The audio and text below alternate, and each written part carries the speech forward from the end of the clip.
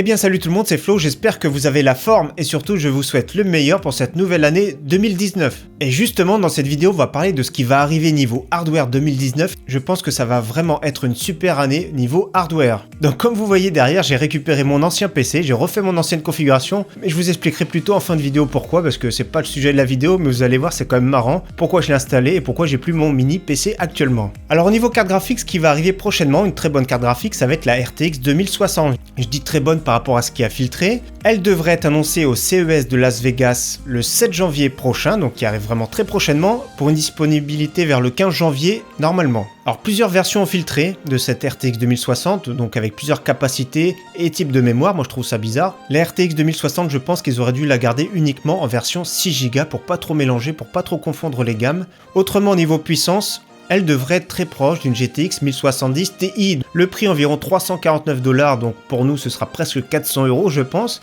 Si le prix reste à moins de 400€, ça peut valoir le coup si les performances sont vraiment celles d'une GTX 1070 Ti. Autrement, comme son nom l'indique, ce sera une carte graphique qui intégrera le Ray Tracing. Et bonne nouvelle, Battlefield 5 va supporter le DLSS. Donc cette nouvelle anti-aliasing permettra d'augmenter les performances en jeu tout en ayant une très bonne qualité d'image. Le but de cet anti-aliasing, par exemple quand on joue en 1080p, il va calculer la scène en 720p. C'est pour ça que Ray Tracing plus DLSS, ça sera des performances plus ou moins équivalentes que si on n'avait pas le Ray Tracing par exemple. Autrement, même la version GTX 1160 ont filtré, moi je trouve ça bizarre. Peut-être que ce sera une version sans Ray Tracing de la RTX 2060 avec les mêmes niveaux de performance, donc ça on sait pas trop encore pour le moment. Mais la RTX 2060 arrive très rapidement. Donc ça, la RTX 2060 c'est pour le milieu de gamme. Pour l'entrée de gamme, il y aura sûrement la RTX 2050 ou 2050 Ti. Ou alors GTX, je sais pas comment ils vont les appeler, GTX 1150, 1150 Ti, on ne sait pas trop pour le moment. Donc ce sera plus des cartes graphiques d'entrée de gamme qui seront vraiment à l'aise en 1080p. Elles seront environ 50% plus puissante que la génération précédente, donc ce sera bien que le prix reste le même, donc c'est-à-dire entre 100 et 150€. Ça j'en doute parce que Nvidia est en train de grimper les prix petit à petit, donc ça pour le moment on ne sait pas trop, mais sûrement ça va arriver à suivre, donc plus ou moins au printemps je pense. Du côté carte graphique chez AMD, donc il y aura sûrement une annonce aussi lors du CES, donc au mois de janvier, mais par contre il y a moins de choses qui ont filtré. Donc ça va être les puces RX série 3000, ce seront des puces Navy gravées en 7 nanomètres, donc franchement déjà c'est bien. Ils ont donné le nom 3000 pour faire une concurrence à Nvidia, justement qu'ils ont une série 2000, pour peut-être donner aux consommateurs l'idée que 3000 c'est plus performant que 2000. Donc ça c'est du marketing. D'ailleurs AMD avait piqué le chipset B350 à Intel, donc Intel avait le B250, ils sont passés à B350, donc ils leur ont volé ça, entre guillemets volé parce qu'ils font ce qu'ils veulent, tant que c'est pas déposé donc il n'y a pas de souci. Mais voilà, l'idée c'est faire du marketing. Alors par contre, AMD risque de frapper fort sur ces cartes graphiques qui risquent d'être plutôt du milieu de gamme à prix super compétitif, tout comme il l'a fait d'ailleurs sur les processeurs Ryzen qu'on connaît actuellement. Donc il y aurait les RX 3060 avec 4Go de GDDR6, pour un prix d'environ 130$ pour une consommation de 75 watts, donc c'est vraiment l'entrée de gamme de cette nouvelle gamme. Et le but de cette carte graphique c'est de concurrencer les RTX ou GTX 2050 Ti. Pour sa carte graphique milieu de gamme, ce sera la RTX 3070 avec 8Go de GDDR6. Pour 200$, 120 watts de consommation. Donc si c'est 200$ et que ça passe à 200€, ça vaut le coup. Parce qu'ici, ce sera plus la concurrente de la RTX 2060. Donc ça peut faire un gros coup à Nvidia et ça peut faire plaisir à nous, les consommateurs. Et dans le haut de gamme, ce sera la RX 3080. Toujours pareil, version 8Go de GDDR6. Pour un prix de 250$, donc chez nous, ce sera plutôt dans les 300€. Consommation très raisonnable de 150 watts. Et vraiment, le but de cette carte graphique, ce sera de concurrencer la RTX 2070. Donc il se concentre vraiment sur le milieu de gamme à prix agressif. Donc si ces données-là se sera respectées, ça va faire baisser les prix également à Nvidia. Sachant qu'en plus en bourse ils sont en train de chuter, donc là franchement du tout bon pour nous. Alors maintenant on va parler des processeurs. Au niveau Intel, les 8e et 9e générations de Core vont commencer à baisser le prix tout doucement, donc je pense qu'au printemps les prix sont vraiment beaucoup plus raisonnables qu'actuellement. Également on attend les processeurs de chez Intel avec les suffixes F, donc F qui seront sans partie graphique intégrée, donc par exemple le i5 9400F, et également de le haut de gamme, par exemple le i7 9700KF.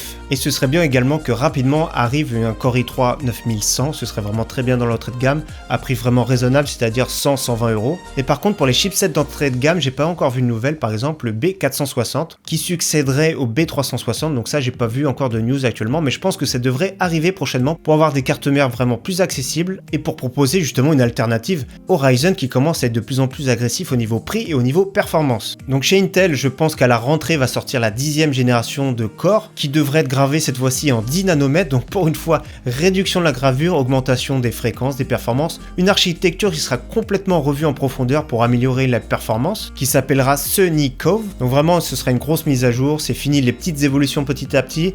AMD fait du forcing sur les Ryzen, donc ça fait bouger ce géant Intel. Enfin, on aura une grosse optimisation, peut-être qu'ils pourront suivre ou pas, parce que de son côté, AMD va sortir les Ryzen série 3000, avec cette fois-ci l'architecture Zen 2, donc deuxième grosse évolution de Zen, gravée en 7 nanomètres et peut-être avec une annonce au CES de Las Vegas. Donc début janvier, ça devrait être chargé au niveau des annonces hardware, ça fait vraiment plaisir. Donc AMD va multiplier vraiment les cœurs dans cette architecture-là, augmenter aussi la fréquence grâce à cette gravure beaucoup plus fine. Bien sûr, ça va l'accompagner le chipset X570 en premier, je pense, et plus tard, ce sera sûrement le chipset B550 qui va suivre, plus pour l'entrée de gamme, milieu de gamme. Au niveau du PCI Express 4.0, c'est encore point d'interrogation, mais ça risque d'arriver peut-être cette année, voire fin d'année, donc peut-être ce sera l'année du PCI Express 4.0, avec une bande passante supérieure, même si le 3.0 n'est pas bridé actuellement.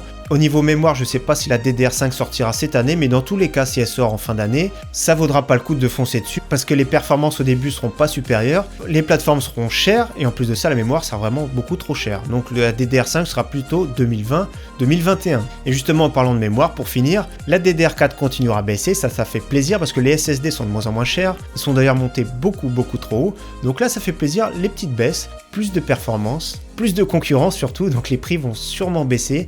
Nvidia, ils ont intérêt à secouer, baisser un peu les prix, et je pense que 2019 sera l'année pour AMD. Alors maintenant, pour ceux qui sont restés, je vais vous expliquer pourquoi je suis repassé à mon PC Tour classique. Ceux qui me suivent savent très bien que j'ai monté mon mini PC, donc j'avais mis toute ma configuration dans un mini PC, en changeant la carte mère, en prenant une carte mère mini ITX. Alors ce qui s'est passé, c'est que j'avais des écrans noirs sur mon PC, j'arrivais pas à redémarrer, donc il tournait très bien, écran noir. Alors je me suis dit, qu'est-ce qui s'est passé? Je comprenais pas. Alors le plus simple pour moi, ce que j'ai commencé à faire, c'est d'essayer avec une seule barrette de RAM pour voir si ça changeait quelque chose. Une barrette, deux barrettes, j'ai interverti, ça changeait rien du tout. Ensuite, ce que j'ai fait, c'est que comme j'ai du matériel, je l'ai démonté complètement le PC. Donc d'ailleurs, je vous montre des vidéos, j'ai complètement tout démonté. J'ai testé la carte graphique parce que l'affichage, j'ai voulu voir la carte graphique. Donc j'ai interverti parce que j'ai la chance d'en avoir une autre de côté. J'ai essayé. Non, rien à faire, rien n'a changé. Suite à ça, j'ai changé d'alimentation. J'ai voulu voir si l'alimentation avait un problème. Donc j'ai essayé, rien à faire. C'est toujours écran noir. Donc je me suis dit forcément c'est un problème d'affichage, je sais pas, j'ai quand même essayé de changer même de cordon d'alimentation. Alors j'ai pensé que le coupable c'était ce câble DVI parce que c'est lui qui me posait de problème. Donc du coup j'ai racheté un nouveau câble, c'était pas ça le problème. J'ai branché en HDMI, donc j'avais tout réinstallé parce que je me suis dit c'est peut-être aussi la carte mère, j'ai tout réinstallé dans ce boîtier. J'ai fini par brancher en HDMI, le PC a marché.